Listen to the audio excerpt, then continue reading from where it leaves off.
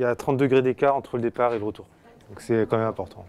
Muni d'une caméra thermique, Bastien Le Gavre débute le bilan énergétique de ce foyer de vie. Ça arrive à 46 et le retour est à 15. Donc il y a une grosse différence de température entre l'aller et le retour.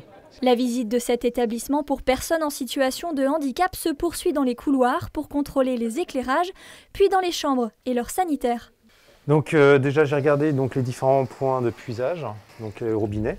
Donc pour que ce soit performant, il faut que ce soit situé entre 3 et 5 litres par minute. Donc là, c'est le cas, on est à 4 litres par minute, donc c'est très bien. Eau, électricité, mais aussi chauffage et isolation, l'établissement est contrôlé dans son ensemble pour réaliser un bilan énergétique du site. Du coup, le ballon, il est surdimensionné, tout simplement, aujourd'hui. Et du coup, c'est pour ça qu'il y a plein de problèmes. Là, il faut tout revoir.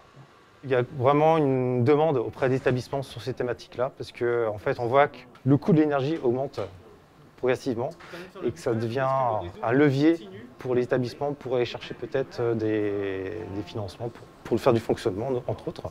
Donc le but, c'est vraiment de faire des économies d'énergie pour ces établissements, du coup, par la même occasion, des économies de charge, mais aussi améliorer le confort des résidents. Depuis octobre 2018, le département accompagne les établissements pour personnes âgées et en situation de handicap qui le souhaitent, comme celui-ci. Ici, le foyer de vie construit en 2012 rencontre des dysfonctionnements récurrents de sa chaufferie et dispose de panneaux solaires qui ne fonctionnent plus. On s'est rendu compte qu'on a une inflation sur des postes de dépenses, eau, électricité et chauffage. Mais que ça flambe comme ça sur 3 ans, moi j'ai jamais vu ça. Donc je dis là, il y a un problème. Est-ce qu'il y a un impact du coup sur les charges de l'établissement ? Il y a une gratuité de prestation. Donc ça, c'est aussi un petit plus au niveau financier. Et puis aussi, la personne qui intervient, elle a une compétence particulière par rapport à notre type d'établissement. Ce n'est pas la même chose qu'une entreprise, que des bureaux. Là, ce sont des lieux de vie avec un public vulnérable.